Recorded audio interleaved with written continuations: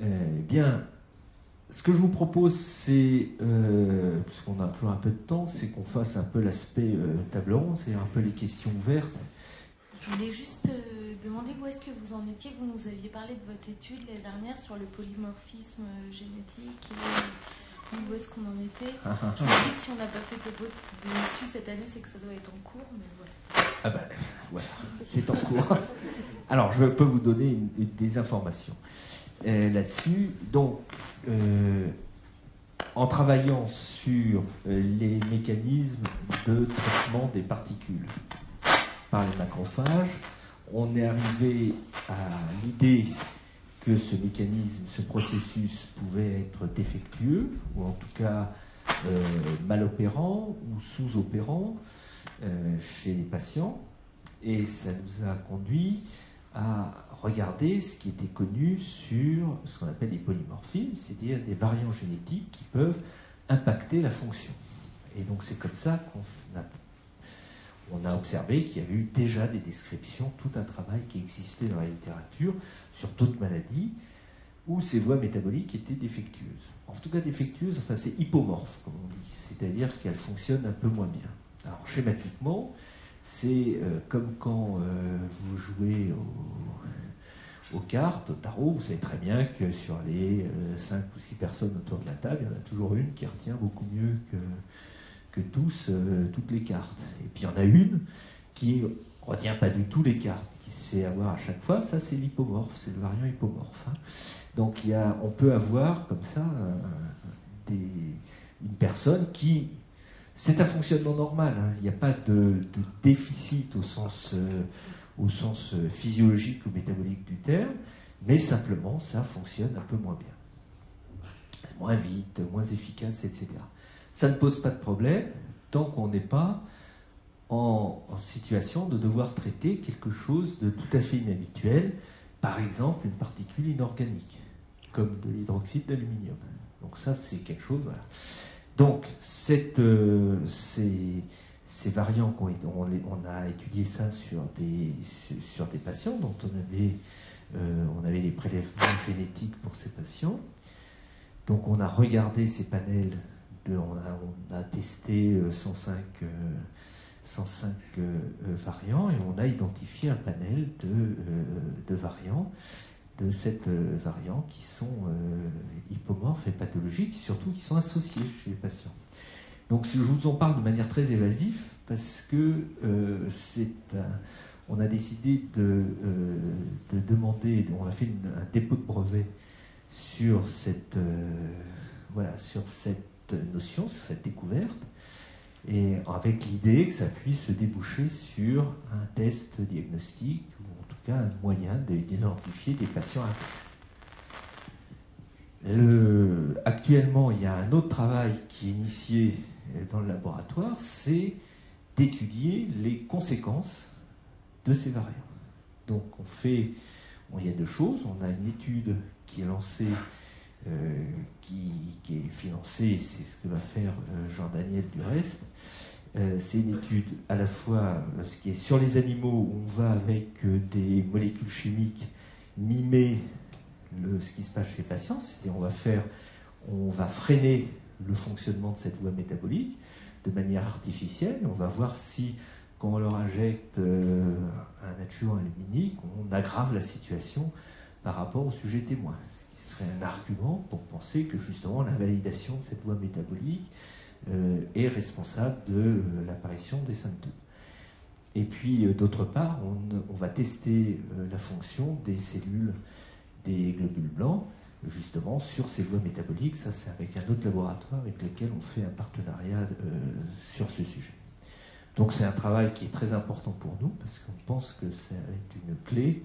Si on arrive à montrer que ces variants impactent effectivement la fonction considéré que ça joue notamment chez l'animal en modulant, en aggravant les troubles cognitifs, ça va être un élément très très fort dans la compréhension des mécanismes. Et puis si on trouve un test diagnostique, ça va être très bien, ça nous rapportera de l'argent en plus, c'est toujours ça de prix, ça sera bon pour la recherche. Non mais ça sera intéressant parce qu'avoir un test diagnostique, c'est quand même une bonne chose. Il ne faut pas... Et ça permet de donner vraiment de conforter le substratum anatomique de la maladie, qui a toujours été une question difficile à défendre. Voilà. Donc ça c'est un pan de recherche expérimentale sur le sujet. Il y a d'autres choses qui avancent, c'est-à-dire au niveau clinique. La caractérisation neuropsychologique, vous en avez vu des éléments. Il y aura bien sûr les aspects d'imagerie. Puis il y a d'autres choses dont on n'a pas parlé, mais il y a sur la douleur, l'atteinte des neuropathies sensitives des petites fibres, qui sont une composante aussi des douleurs chez les patients. D'autres questions? Ce dont vous parlez là, pour le moment, c'était avec le test. On avait fait un test une année avec de la salive. Alors c'est... il y a longtemps. Il y a longtemps ça. Alors ça, je peux vous donner les résultats, puisqu'on les a même publiés avec Muriel qui est dans la salle. C'était sur ça. On avait fait un polymorphisme. On avait étudié un autre polymorphisme qui était sur MCP1. C'est-à-dire qui consistait à étudier des variants, justement gain de fonction. MCP1, c'est une molécule qui en fait favorise le déplacement des macrophages, des monocytes macrophages dans l'organisme. Et donc on avait vu que c'était associé à la pénétration, le fait d'avoir MCP1, le gain de fonction MCP1 était associé expérimentalement chez l'animal à la pénétration des particules dans le cerveau. Et donc on avait testé chez les patients des polymorphismes gain de fonction. On a été un peu déçus parce que sur une petite cohorte, on avait un résultat qui était positif, on avait une différence significative. Quand on a augmenté la cohorte, c'est-à-dire un plus grand nombre de patients, on est passé à 395, c'est 65, on a perdu la significativité. On n'a pas vu de modification dans l'analyse de la partie, du gène, la partie où il y a les promoteurs. On n'a pas trouvé d'anomalie particulière, modification particulière.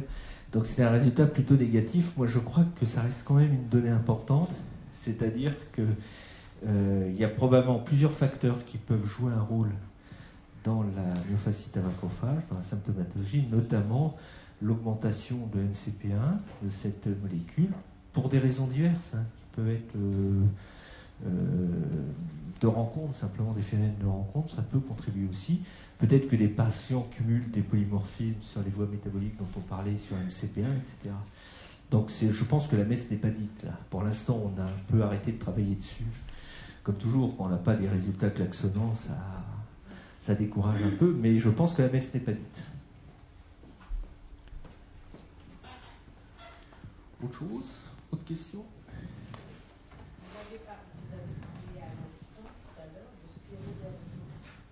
Oui, c'est surtout Marc qui en a parlé. La sclérodermie, c'est une maladie immunologique très particulière, qui est une maladie systémique extrêmement grave, où il y a une espèce de fibrose encérante des patients qui touche beaucoup d'organes, notamment la peau, et qui est extrêmement grave et invalidant, qui est associé à des auto-anticorps systémiques. Voilà, c'est pas une pathologie qu'on rencontre dans le cas de la myofasciite.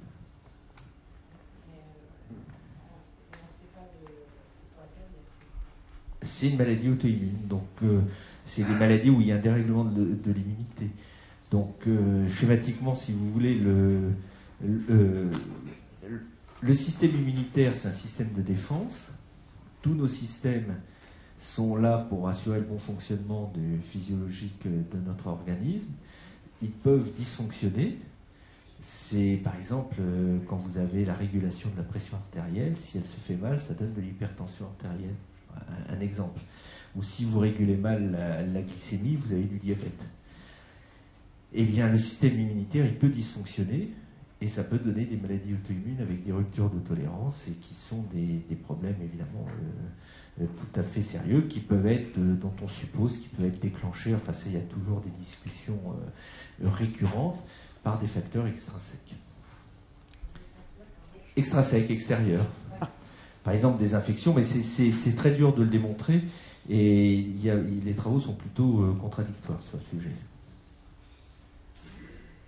Oui. Est-ce que vous êtes en lien, d'une manière ou d'une autre, avec l'INSERM de Lille qui fait des travaux sur le lien aluminium et maladie de Crohn? Oui.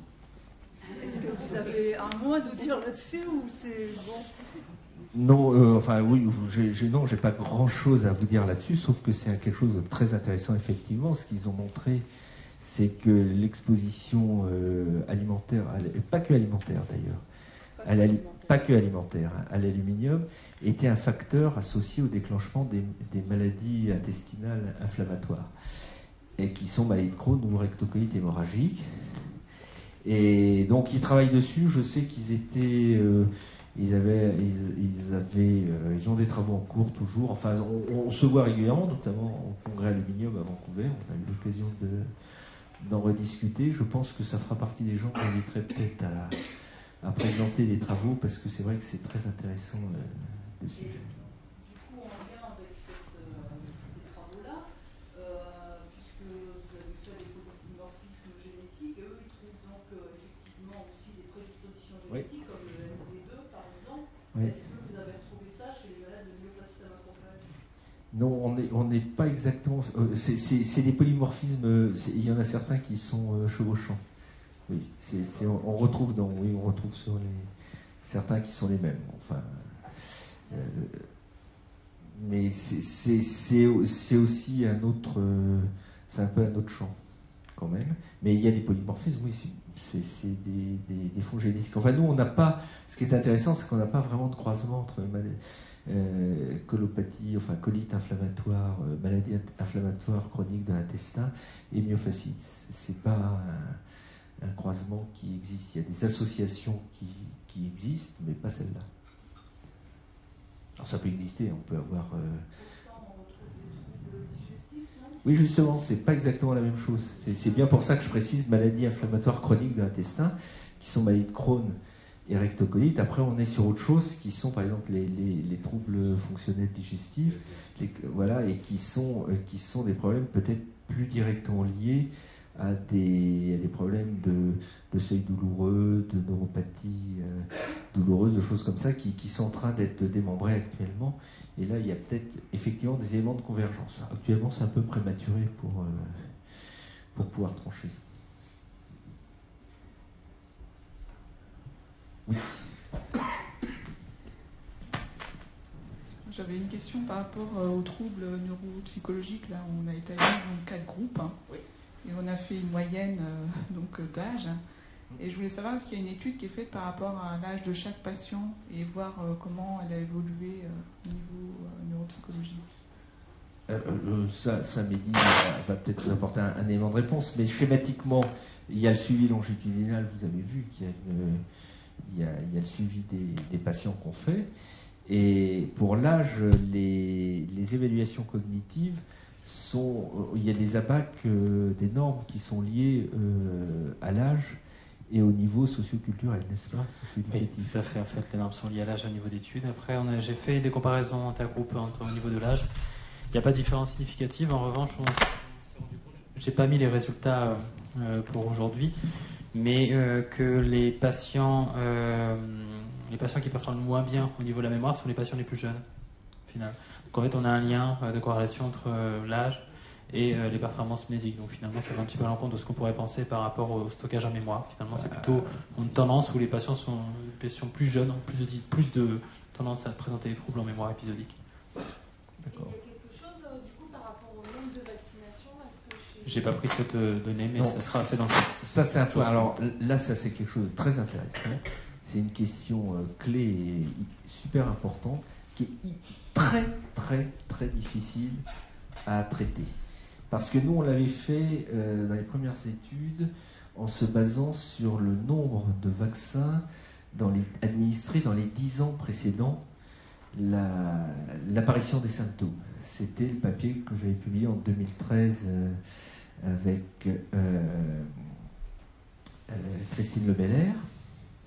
Et donc on avait regardé, c'était la comparaison entre les patients myalgiques vaccinés qui ont une myofasciite et ceux qui n'en ont pas. Et voilà, on n'avait pas trouvé de différence en nombre de vaccins. Pour autant, moi je pense qu'il y a quand même un effet cumulatif des vaccins qui doit intervenir. Alors ça c'est très difficile, c'est une hypothèse. Mais ce qu'on voit, c'est le rajeunissement des patients. Et donc ça c'est un point qui est quand même un problème. C'est-à-dire que très clairement, on a toujours des patients qui sont ceux que je vois habituellement, c'est-à-dire des vieux de 50 ans. Voilà. Donc voilà, ça c'est toujours les mêmes. Bon, c'est ceux que je suis depuis le début. Voilà. Donc cette tranche d'âge, elle existe toujours. Cela dit, on voit apparaître des patients beaucoup plus jeunes, et notamment il y a un pic autour de 20 ans, qui apparaît, donc une distribution bimodale qui, moi, m'inquiète quand même.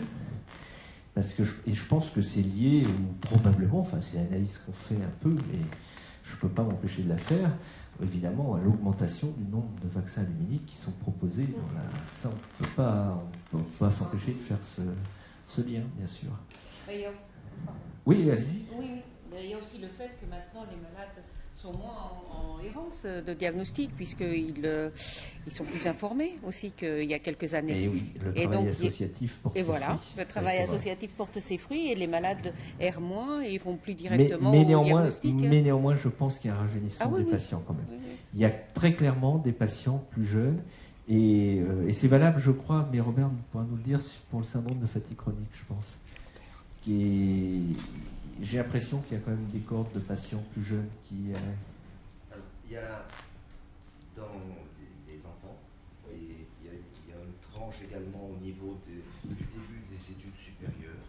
On constate quand même pas mal de gens qui sont prépa, et puis après, c'est quand même assez flou.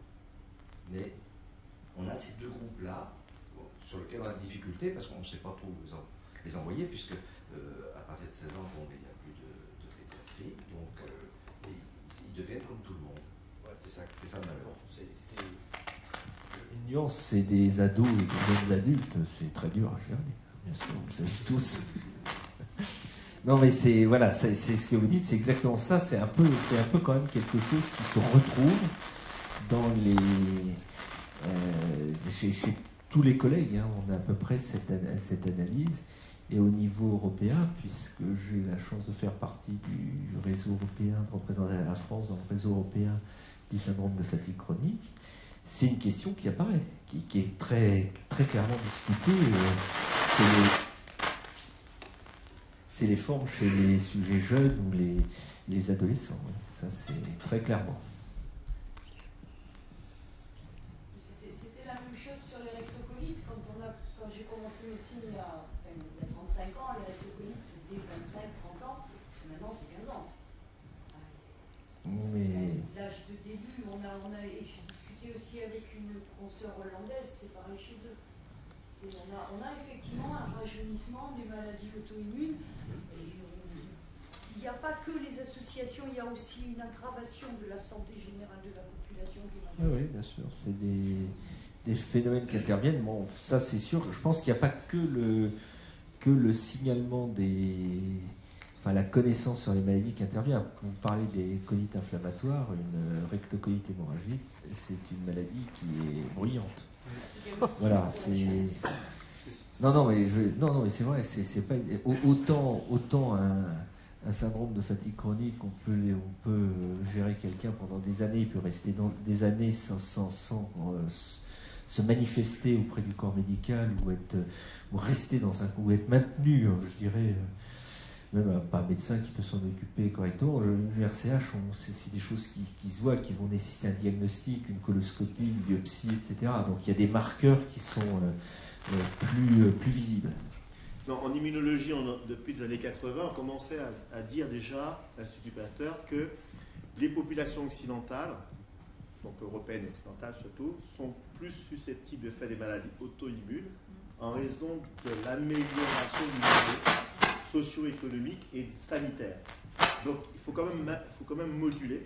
C'est-à-dire que vous ne retrouvez pas les mêmes populations en voie de développement parce qu'on dit que quand même le fait d'être exposé à des éléments infectieux, notamment sur le plan digestif, qui a une surface d'immunomodulation grande, et c'est beaucoup plus sécurisant dans les pays Afrique, Asie du Sud-Est ou autres, qu'au niveau européen. D'accord? Parce que les gens ne sont pas soumis. Alors, c'est ceux qui vivent moins longtemps parce qu'ils sont soumis à des pathologies infectieuses et décèdent plus tôt. D'accord? Donc, on a un allongement de la durée de vie en Europe, mais on a modifié le niveau sanitaire occidental. Donc, il faut aussi prendre ça en compte. Ah oui, c'est vrai. Enfin, c'est effectivement, l'épidémiologie, c'est toujours très complexe. Voilà. Allez, on peut encore prendre une dernière question. Allez-y. Moi, j'avais une dernière question sur l'aspect...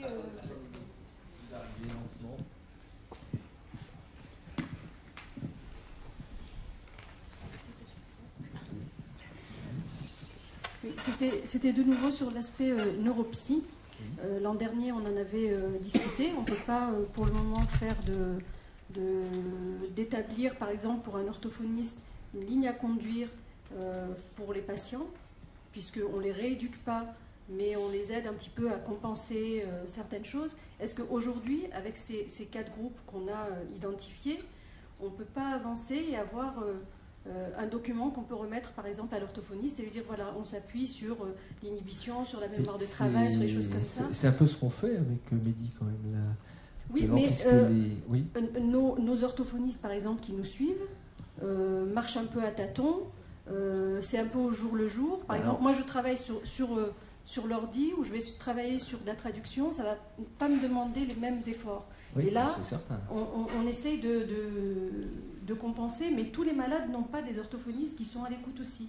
Ils ne savent pas trop comment appréhender leurs patients. Alors, en général, ce qu'on fait avec Mehdi qui teste les patients, c'est qu'en général, on leur donne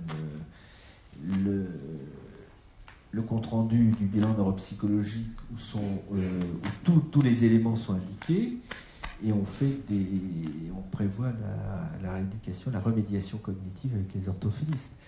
Donc après, est-ce que ça peut être plus structuré? Sûrement, je pense. Enfin, je ne sais pas ce que tu en penses, Mehdi. Oui. C'est ça, c'est que plus protocolisé. C'est ça, c'est que les orthophonistes se basent sur des éléments diagnostiques, des diagnostics de troubles en fait, c'est-à-dire qu'on évoque des troubles qui peuvent être exécutifs, attentionnels, mnésiques, etc. Sur la conduite à suivre, de manière générale, de toute façon, en rééducation, en cognition, il faut bien comprendre que sur une pathologie chronique, on ne rééduque pas un bilan. S'il y a un bilan A, un bilan B, on n'aura pas d'effet de rééducation. L'effet de la rééducation serait essentiellement sur la vie de tous les jours. Après, il peut y avoir des techniques de compensation, justement, qui seraient plus adaptées pour notamment la myofasciite à macrophage.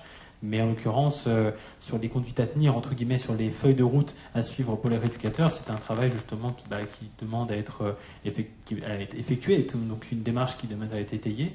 Mais voilà, comme on dit, chaque chose en son temps. Après, on donne la symptomatologie et le rééducateur sur le terrain s'adapte un tout petit peu, enfin voilà, trouve des stratégies, mais c'est vrai qu'on pourrait donner une feuille de route plus précise, mais ça nécessite quand même, nous c'était le but dans le futur, un jour on en avait discuté, de créer une passerelle justement entre nous, les centres les experts qui diagnostiquent les pathologies, et les professionnels de terrain qui travaillent à la remédiation. Mais c'est des choses qu'il faut développer dans le temps et qui prennent forcément du temps. Mais en tout cas, ce sont des pistes qui vont être explorées dans le futur. En tout cas, on l'avait évoqué. Je tenais à remercier nos associations partenaires qui sont E3M, comme d'habitude, la SFC depuis quelques années, et puis peut-être à l'avenir PIP, PPP, P3, 3P, je ne sais pas comment vous appelez, voilà, on pourra. Merci à Marina pour la logistique, et merci à tous les intervenants. Et puis à M. Pereira et à Philippe Vitad, l'assurance comme notre sponsor.